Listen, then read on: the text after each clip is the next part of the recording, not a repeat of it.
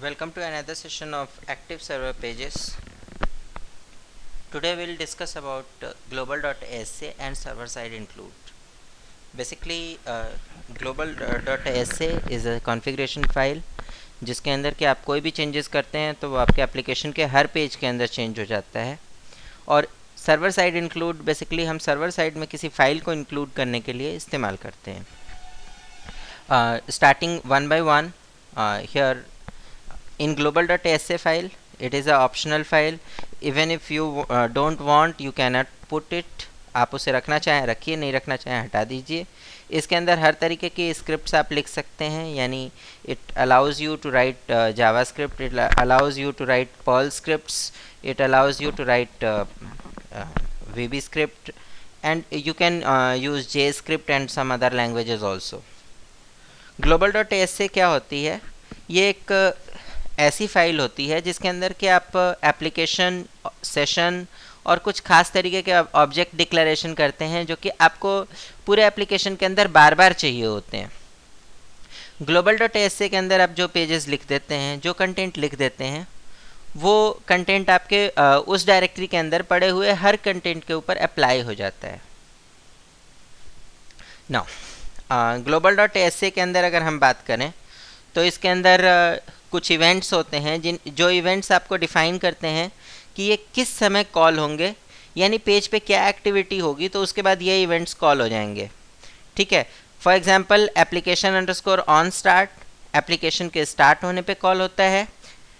ठीक है, सो अगर आपको कोई भी चीज़ एप्लीकेशन के शुरू होने के टाइम पे रखनी हो, यानी whenever the application starts you want to find out that what page is called, और कोई वेरिएबल सेट करना चाहते हैं जो हर पेज पे अपने आप यूज़ हो जाए, या डेटाबेस से रिलेटेड कुछ सेटिंग्स रखना चाहते हैं, तो वो एप्लीकेशन अंडरस्कोर ऑन स्टार्ट पे रख सकते हैं। ठीक है, in the same way there is session underscore on start.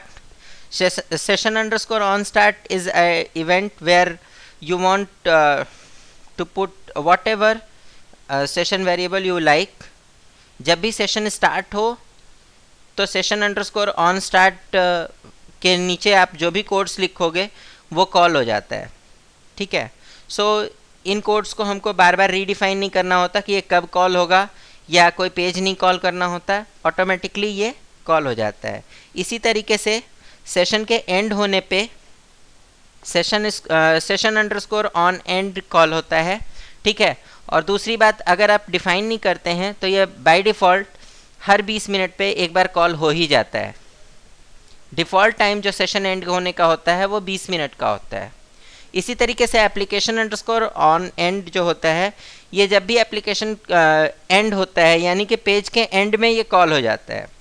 ठीक है, सो अगर आप चाहते हैं कि कोई पर्टिकुलर एक्टिविटी एप्लीकेशन के एंड होने पे, यानी वेब सर्वर जब भी स्टॉप हो उस समय ये कॉल हो जाए, या कुछ प्रोसीजर्स ऐसे हों जो कि हमेशा ही एप्लीकेशन के एंड में आते हों, या आप चाहते हैं कि सपोज़ कुछ फुटर्स ऐड हो जाएं, या आप चाहते हैं कि कुछ ऐसा वेरिएबल हो जो कि पेज पे कुछ एक्टिविटी हुई है उस एक्टिविटी को ट्रैक करके आपको डिफ़ाइन करे, तो वो सारी चीज़ें आप एप्लीकेशन अंडरस्कोर ऑन एंड पे रख सकते हैं। The way of writing is, again, you can use here script, language, VB script, run at server. This is one method. You can use a start delimiter and end delimiter also. ठीक है, इसके अंदर देखिए हमारे 4 सब routines बनेंगे: application underscore on start, application underscore on and, session underscore on start and session underscore on and. ठीक है,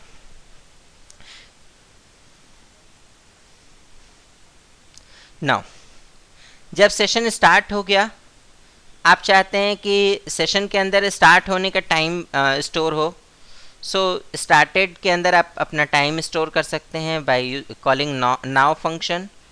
ठीक है, इन द सेम वे आप चाहते हैं कि नहीं सेशन के अंदर जिस भी सिस्टम से हम कम्युनिकेट कर रहे हैं उसका IP एड्रेस आ जाए, तो यहाँ पे आप सर्वर ऑब्जेक्ट के अंदर से रिमोट एड्रेस पिक कर सकते हैं, उसको आप यहाँ पे स्टोर कर सकते हैं। आप चेक कर सकते हैं कि क्या यूज़र वेरिएबल डिफ़ाइन है, सेशन के अंदर यूज़र नेम डिफ़ाइंड है। अगर डिफाइंड है तो ठीक है, नहीं तो लॉगिन पेज पर रीडायरेक्ट कर सकते हैं कि नहीं लॉगिन पेज खोलो, ठीक है। Now here you can see session underscore on start, then response is redirected to some specific page, that is new page. so session के start होने के बाद ये new page की तरफ अपने आप move कर जाएगा, ठीक है।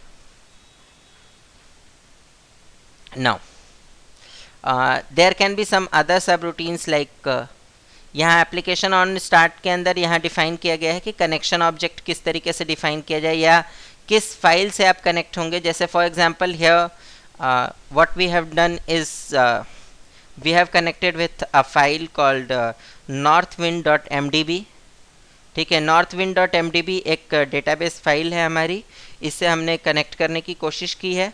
and for this what we have done is we have created a object with the name ADODB connection। इस ADODB कनेक्शन का टाइप हमने माइक्रोसॉफ्ट एक्सेस के हिसाब से microsoft.jet.oledb 4.0 रखा है, ठीक है।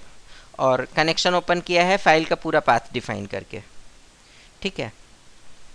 अब इस पे जो भी क्वेरी एग्जीक्यूट करनी है कनेक्शन डॉट एग्जीक्यूट से हम इस पे क्वेरीज एग्जीक्यूट कर सकते हैं, ठीक है। Here you find that queries are executed और एप्लीकेशन के स्टार्ट होने पे ही हमने कनेक्शन बना करके उसे क्लोज भी कर दिया।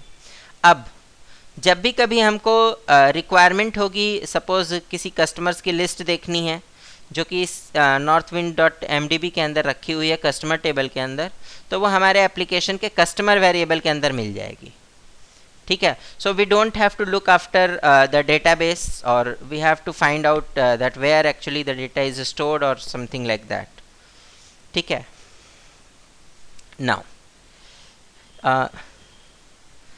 global.sa की बात कर रहे थे हम, इसके अंदर हमने डिस्कस किया था कि एप्लीकेशन ऑन स्टार्ट के अंदर हमने डिफरेंट वेरिएबल सेट कर दिए, तो वो जब तक विजिटर हमारे एप्लीकेशन पे रहेगा तब तक वो वैल्यूज़ स्टोर्ड रहेंगी, ठीक है।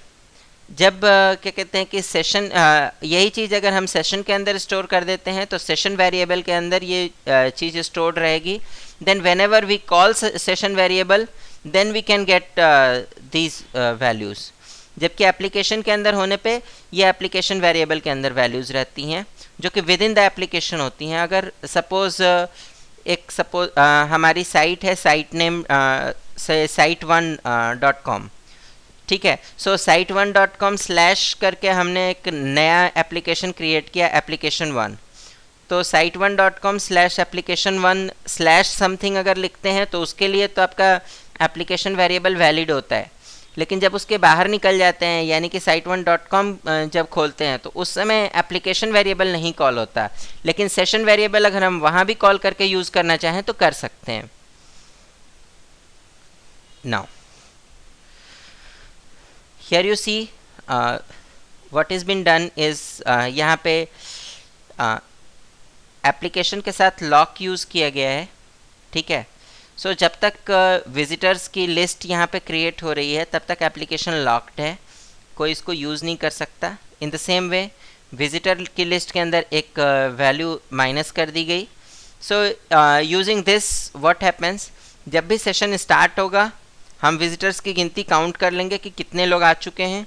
जैसे जैसे सेशन से एंड होते चले जाएंगे हम विजिटर्स की गिनती घटाते चले जाएंगे, तो हम इस समय कितने लोग लॉगिन हैं उसकी लिस्ट देख सकते हैं कि हाँ टोटल 15 लोग सेशन पे हैं, 20 लोग सेशन पे हैं वेबसाइट पे, या what ever the number is, ठीक है। और अगर आप इस विजिटर काउंट को प्रिंट करना चाहते हैं तो किसी भी ASP पेज के अंदर आप response.write में एप्लीकेशन का विजिटर काउंट प्रिंट करा सकते हैं, ठीक है। नाउ सर्वर साइड इंक्लूड, इसके लिए इंक्लूड डायरेक्टिव इस्तेमाल की जाती है, ठीक है। इंक्लूड डायरेक्टिव का काम क्या होता है कि जब भी कोई दूसरी फाइल में कोई फंक्शन पड़ा हुआ है, ठीक है, नॉर्मली हम सब रूटीन्स जो डिफ़ाइन करते हैं या फंक्शंस डिफ़ाइन करते हैं उनको हम एक फ़ाइल के अंदर डिफ़ाइन कर देते हैं और जितनी फाइलों में रिक्वायरमेंट होती है उतनी जगहों पे उसको कॉल कर लेते हैं, ठीक है। For that we use server side include, ठीक है। Here you see include, then virtual and then some file name. ठीक है. If you are putting here virtual function, that means that file is included here, but it is included into virtual manner, means जिस part को आप use करेंगे उस file में से वो पार्ट तो इंक्लूड होगा, बाकी का नहीं होगा. ठीक है. In the same way, if suppose you are writing like include file and then file name, then it is including the file as a complete file. ठीक है. तो उसका कोई पार्ट अगर नहीं भी यूज़ हो रहा होगा तो वो भी इंक्लूड हो जाएगा. ठीक है. वर्चुअल कीवर्ड का बस इतना ही मतलब है कि if you are defining the path, that path is with respect to your current directory or your current virtual directory. Okay, if you are not putting the virtual keyword, that means it is the absolute path of the location. ठीक है. इसके अलावा आप virtual path के लिए अगर आप specify करना चाहते हैं कि नहीं किस डायरेक्टरी के अंदर रखना है, header.inc के अंदर डिफाइन भी कर सकते हैं कि नहीं हमारी सारी फाइलें इस खास जगह पे लोकेटेड होंगी. Now just see, there are some include files. There is one include file headers/headers.inc. इसके अंदर हम अपने headers लिख सकते हैं. और नॉर्मली कन्वेंशन ये होती है कि हम एब्सोल्यूट पाथ ना दें, हम रिलेटिव पाथ को यूज़ करें. यानी कि अगर एक डायरेक्टरी पीछे है तो डॉट डॉट स्लैश करके दें, दो डायरेक्टरी पीछे है तो dot dot slash then location दिया जाए. ठीक है. बट कभी भी स्लैश करके या फिर एब्सोल्यूट पाथ यानी कि C:/ ये लोकेशन नेम इस तरीके से ना दिया जाए. ठीक है. इसी तरीके से अगर हम सपोज़ कुछ कंटेंट किसी फाइल को कॉल करते हैं, उसके अंदर अगर सपोज़ कुछ ASP का कोड लिखा हुआ है तो that code is automatically called over there. ठीक है. जैसे यहाँ पे response.write के अंदर टाइम राइट किया गया है तो टाइम नाम का वेरिएबल यहाँ राइट हो जाएगा. Instead of taking this as a function, it will take it as a value, means ये इसको एक यही वैल्यूज़ कॉपी करके यहाँ पे एग्जीक्यूट कर देगा. ठीक है. Now here you see what is available in browsers view source code.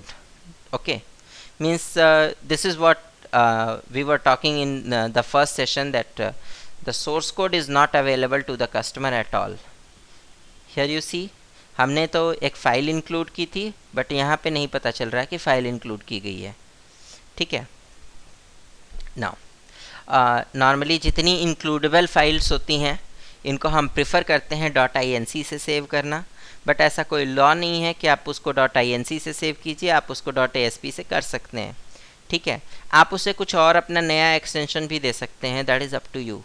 ठीक है. But it is preferable because अगर आप .asp से कर देंगे तो किसी को अगर फाइल का नाम पता होगा, the person who is managing the server और who is knowing the server, तो वो उस फाइल को ओपन करके डायरेक्टली यूज़ कर सकता है या उस फाइल को किसी भी तरीके से मिसयूज़ कर सकता है. .inc अगर होगा तो वो ब्राउज़र पे चलेगा ही नहीं. ठीक है. Because browser will find that नहीं, this is a wrong file, so it will try to open it with some other application and some other application will not be able to access any HTTP page. Okay. There is one more thing, include files जितनी हैं या included scripts जितनी हैं उनके अंदर preference रखनी चाहिए कि हम जो है procedures और इस तरीके की चीज़ें रखें, बट उसके अंदर हम write statements कम से कम रखें. Okay.